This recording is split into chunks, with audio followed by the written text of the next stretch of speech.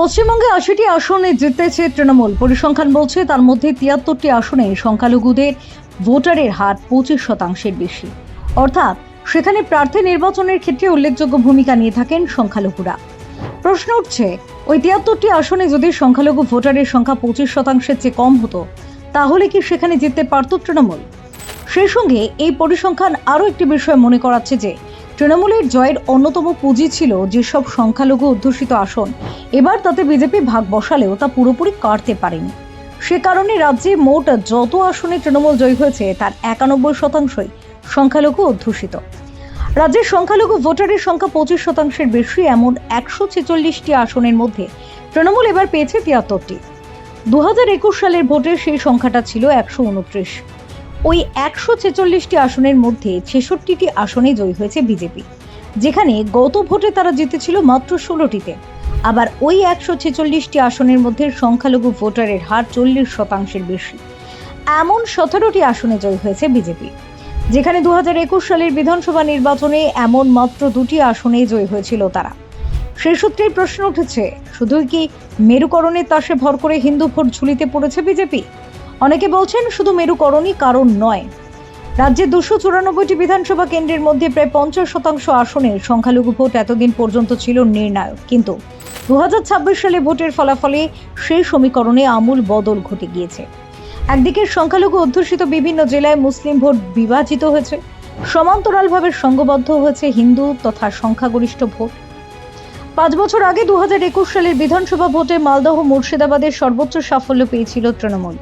মালদহে 10টির মধ্যে 8টি, মুর্শিদাবাদে 22টির মধ্যে 20টি আসন জিতেছিল মমতা বন্দ্যোপাধ্যায়ের দল। এই দুই জেলাতেই সংখ্যালঘুরা সংখ্যাগুরু। উত্তর দিনাজপুর জেলাতে উল্লেখযোগ্য সংখ্যায় মুসলিম ভোট রয়েছে। 5 বছর আগে ওই জেলাতেও তৃণমূল উল্লেখযোগ্য ফলাফল করেছিল, কিন্তু দেখা যাচ্ছে 5 বছরের মধ্যে তাদের সেই সাফল্য ব্যর্থতায় পর্যবসিত হয়েছে। মালদহে এবার 10টি সংখ্যালঘু অধ্যুষিত আসনের মধ্যে 6টিতে জয়ী হয়েছে তৃণমূল, বাকি 4টিতে জয়ী বিজেপি, যেখানে গত ভোটে বিজেপি জিতেছিল 2টিতে।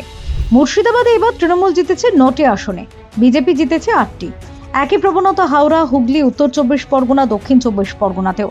বাদ যায়নি বীরভূম সহ পূর্ব বর্ধমান সহ গোটা রাঢ়বঙ্গ।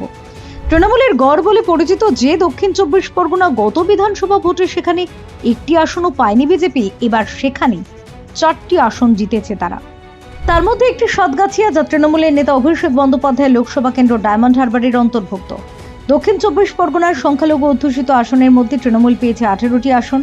গতবারের মতোই ভাঙড় আসনটি পেয়েছে আইএসএফ। জঙ্গিপুর, মুর্শিদাবাদ, নবগ্রাম, বনোয়ার মতো যেসব কেন্দ্রে মুসলিম ভোটারের সংখ্যা 40%-এর বেশি, সেখানেও এবার জিতেছে বিজেপি। মানিকচক, করণদিঘি, হেমতাবাদের মতো মুসলিম অধ্যুষিত আসনেও একই ছবি। সংখ্যালঘু অধ্যুষিত বেশ কিছু আসনে দেখা গিয়েছে দুটি বিষয় সমান্তরালভাবে ঘটেছে। এক, তৃণমূলের বাক্সে থাকা সংখ্যালঘু ভোটে থাবা বসিয়েছে সিপিএম, কংগ্রেস, আইএসএফ এবং হুমায়ুন কবিরের দল এজিইউপি। উল্টো দিকে ঐক্যবদ্ধ হয়েছে হিন্দু ভোট। পরিসংখ্যান নিয়ে যারা কাজ করেন তাদের কেউ কেউ মনে করছেন, হিন্দু ভোটের যে মেরুকরণ এবার বিধানসভা ভোটে পশ্চিমবঙ্গে ঘটেছে তা অতীতে কখনো হয়নি। এমনকি উত্তর ও পশ্চিম ভারতে বিজেপি শাসিত যেসব রাজ্যে রয়েছে, সেখানেও তুলনায় পশ্চিমবঙ্গে এবারের নির্বাচনে হিন্দু ভোট ঐক্যবদ্ধ হয়েছে অনেক বেশি। 2011 সালে জনগণনা অনুযায়ী রাজ্যে মোট 27% মুসলিম। 294টি বিধানসভার মধ্যে 146টি বিধানসভা রয়েছে যেখানে সংখ্যালঘু অংশের ভোট 25% বা তার বেশি।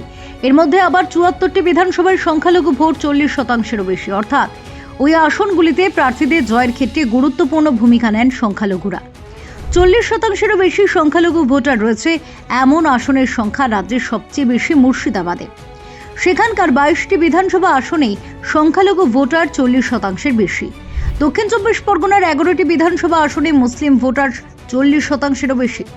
উত্তর 24 পরগনায় 9টি এবং উত্তর দিনাজপুরে 7টি আসনেও সংখ্যালঘু ভোট 40%-এর বেশি।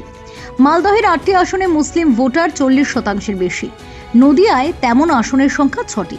কলকাতায় বন্দর এবং চৌরঙ্গী বিধানসভা কেন্দ্রেও মুসলিম ভোটার 40%-এর বেশি। Bureau report, GI.